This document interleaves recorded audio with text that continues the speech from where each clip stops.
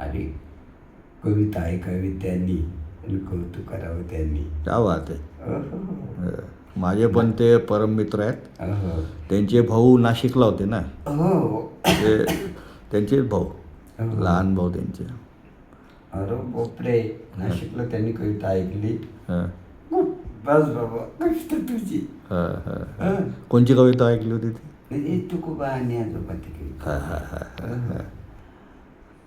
आणि नंतर पुन्हा असं वाटतं तिथे ते प्राध्यापक वगैरे आहेत ना कुठेतरी. हां, ते प्राचार्य होते यवतमाळला, आता आता रिटायर झाले. हां. हो, मला भेटायला यायची त्यांना. वा वा.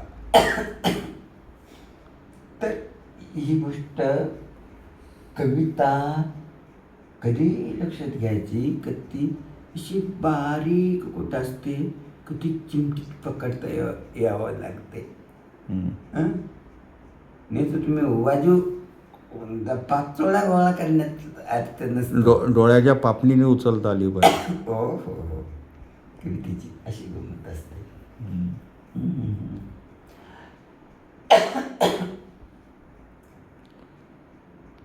एकदम सुरुवातीला ही कधीची गोष्ट आहे, 92 सालची.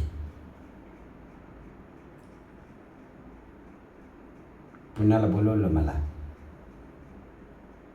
कविता सादर करायची होती. कविता बरं एक दीड मिनिटाचीच असायला पाहिजे. हां, तेवढंच ते कळलं पाहिजे. ते कुठं मसापला की गणपती फेस्टिवलला? नाही ती तोपर्यंत ह्या बाकीचे एवढे मला माहिती नव्हते, ते प्रचलित नव्हते. पण ती एक वेगळी संस्था होती आणि त्यांनी बोलवलं होतं. अच्छा.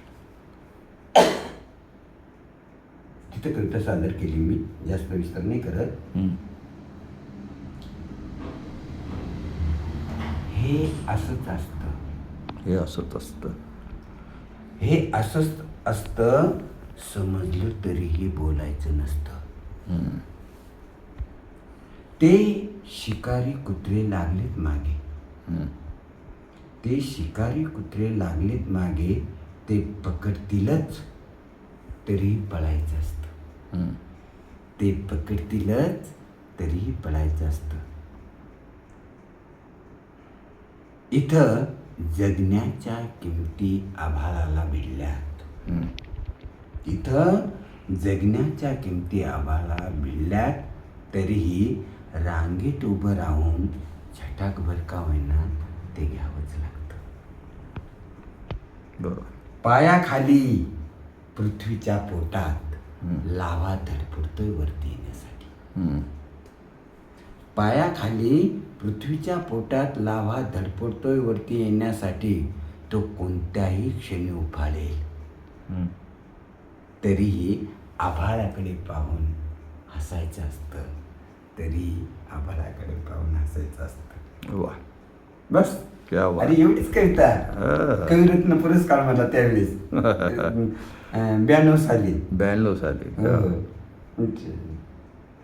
हे बघा एवढ्याच ओळी किती भारी गंमत करून जातात.